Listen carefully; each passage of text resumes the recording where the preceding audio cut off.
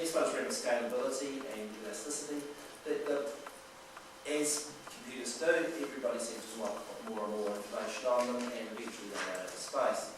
We're right at that capacity, so unfortunately we still probably are, and you see that in the plan in a few days. We actually still have to do some replacement of our servers, but the concept is that over time that we, in a relatively short space of time, that will actually get the cloud-based servers. That money won't get wasted. I think we'll always need to have some degree of servers on the site. Digitalisation and electronic processing, that whole concept of born digital that we talked about before, freeing up space, freeing up time, and actually reducing errors. And that whole becoming, so people actually have that available in their homes, on their mobiles, on whatever device they want. The next one really is around the innovation and creative solutions. And Duncan's probably scared me a few times in terms of coming back from conference and saying, this is the level of change that has occurred already and actually is going to occur. And the world will be such an amazingly different place within 5, 10 months, years, and if you look at 30 years, this the whole concept of what was referred to as that digital disruption and that whole change of way people interrelate with technology is just unbelievable. I think probably with a couple of examples in terms of some more extreme ones where you think, well, that's science fiction, but it's actually like now.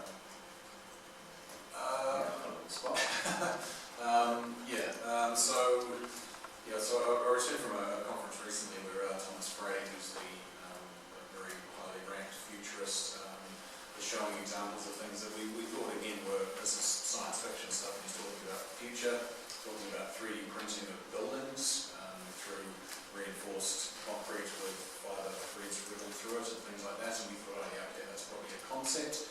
And he just showed slide after slide of a 2-bedroom home that was 3D printed in 3.5 hours, a 4-storey apartment building that was 3D printed. They can now 3D print in wood, ceramics, plastic, metal, and food. And the concept being that before too long, the next 5 to 10 years, you'll basically buildings will just be designed on a computer, and then a bunch of big boom lines will go out and print the entire structure, including all of the wiring within the walls, the piping for plumbing, and then also can potentially print your furniture within the building and print your basins and sinks and all the other things. So it's quite alarming, and you kind of think the thing is all of this technology is actually real. 3D printing of clothing, there's been fashion shows in Israel where a young lady had a full show from 3D printed clothing. And so those are just a few examples, but driverless cars, things like that, very, very disruptive. It's suggested there'll be about 200 current careers that won't be valid in the near future. So it's not just thinking that you're losing taxi drivers and truck drivers, but it's also people at logistics centres, the likes of Repcos and super cheap autos who don't particularly need. Parking garages won't exist, there'll just be queuing stations outside buildings. And this is all, it's accelerating so fast. It's the type of thing that, again, we're thinking of 10-year plans. It's rather difficult to imagine what the world would actually look like 10 years from now. But certainly, cloud computing is one of those things that has allowed these things to happen, the likes of Amazon Web Services and Microsoft Azure platform, with the fact that there are huge, big cities of data centres being built where people can just subscribe to spinning up hundreds of thousands of servers in a matter of hours. Where previously that would have taken months or years to actually build, but you can just consume all this as a service now via the internet. And that's the type of technology that we now have an opportunity to leverage as well. So it certainly has to change our thinking. We need to get our house in order in terms of some of our infrastructural issues and risks that we have, but then we actually launch into a whole new world where there's this tremendous opportunities for much better. I must admit, over the 30 years I've been involved with computer systems, the pace of change has probably actually been relatively slow in terms of real benefit from software, but I think that is actually about to change because it's not good. So we need to be wary of it. So we've got our risk that we need to put in place, but it's a brand new and great new world over. And the LTP is a scary one.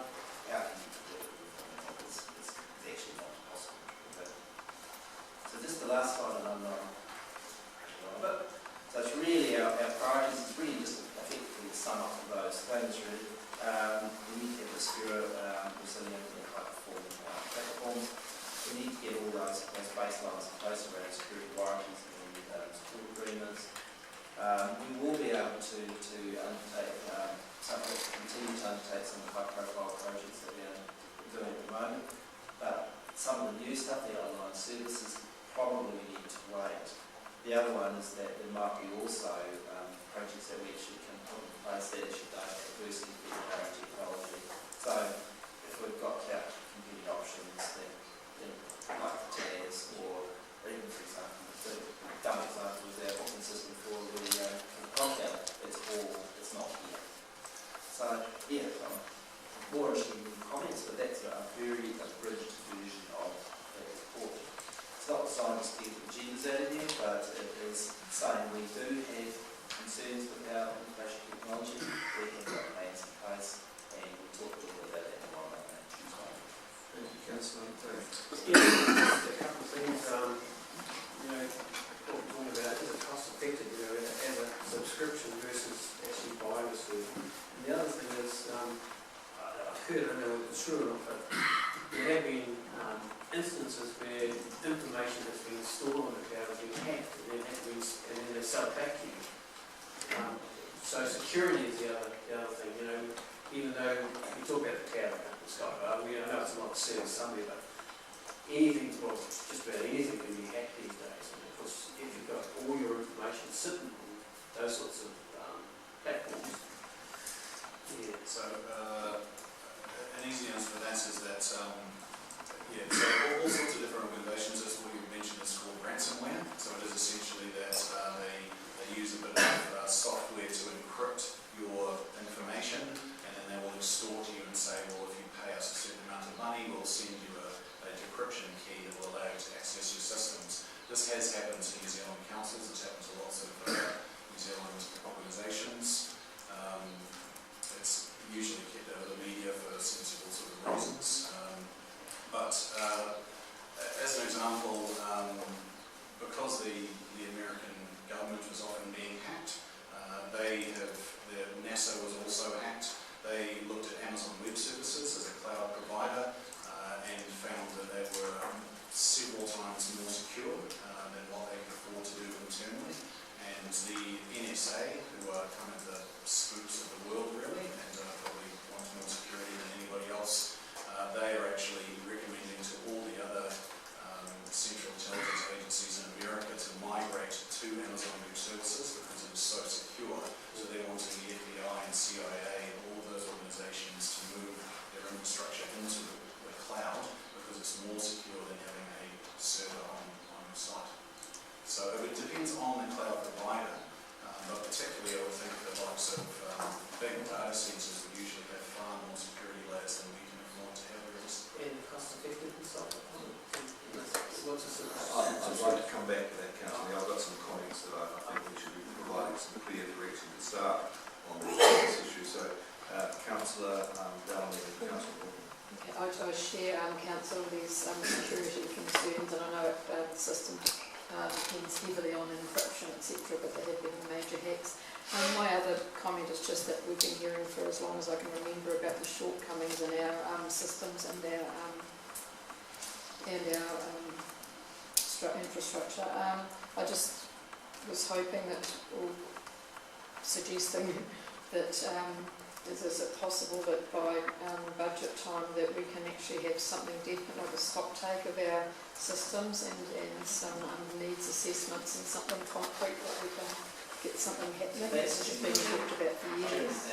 I think we'll take that on board and we'll Yes, I'd just like to say, I came from board meeting yesterday. We have a $45 million capital budget for IT, so I'm a little bit out of the issues here you've raised, Mr. Zed, really concern me. So the system's overdue for replacement, non-documentation, and interesting, Councillor Bell, your comments have been doing this for a long time. I've only been here 5 minutes, but it does concern me to say that organisation, we are already 95% on the cloud. All of our big systems, Hamilton Company, LIC, Data Company.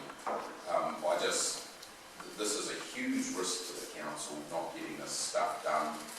There isn't an option to worry about money, and I suppose, well, we will, but the other area of my question through the chair, is there must be a rich opportunity to work together with other councils or have, I mean, for an organisation of $27 million turnover to go through a full, is another, problem and risk in itself.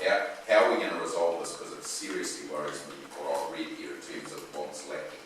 It's a shocker to compare to other, board meetings and big IT groups that I read, And I think you're quite right, Councillor Paul, but I think the issues have been clearly articulated and highlighted. What we need is a clear path forward, and not an ad hoc way.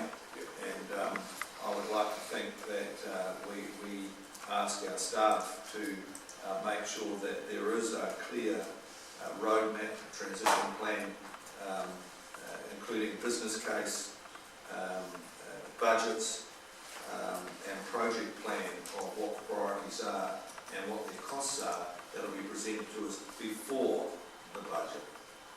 I don't want to be in a position where we're faced with issues like this and we've got our back to the wall on budget, and we've got a number of these issues. So this is a priority for next year as far as I see, Mr. Chief Executive.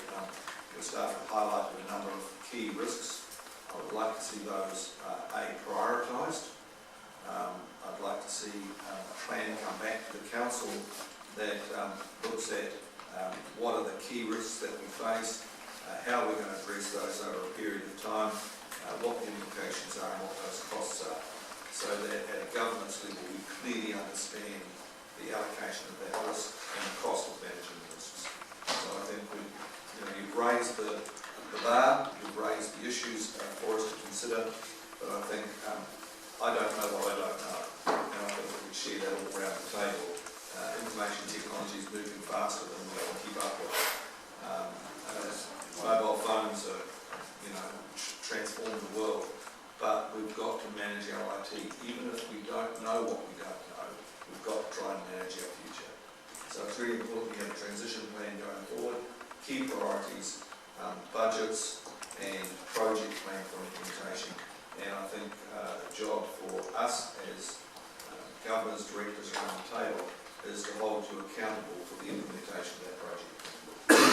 So if you look across your suite of operating, so with ERP, BI, you must have big GIS capability with all the land stuff that we do. Are we talking about all of them moving into a cloud environment, or are we going to try and manage some of them? I mean, so one thing about the cloud, if you look at the different functions, they're going to be different times and different. Is someone thinking that way? I'm aware that you could move those across into the cloud in a matter of weeks. Yeah. And is that the proposal, or we're still coming up with a plan? The first thing is, there's a lot of collaboration, there's a lot of the government purchasing that we're involved with anyway, so there's a great deal of collaboration. So some of the stuff that we get either for nothing or for nominal amounts of money is actually going to cost us an absolute fortune without the dual governance agreements or the sharing relationship that we have to the LAS. So we do extremely well out of that, and I think we've got a whole range of raft of product that we can get to. The other one is that this has been implemented, or this is not yesterday's problem. This has been worked on for a significant period of time. The projects are there, and the priority, and we're talking about budgets on Monday and Tuesday. Mr. Chief Executive, I'm going to suggest that this is two things: urgent and one in which government should be involved in. And to make sure that we are involved in that, there should be appropriate structures in place to ensure that governance and technical are linked and clearly have direction. I'm going to suggest that we form a governance steering group consisting of 2 or 3 councillors,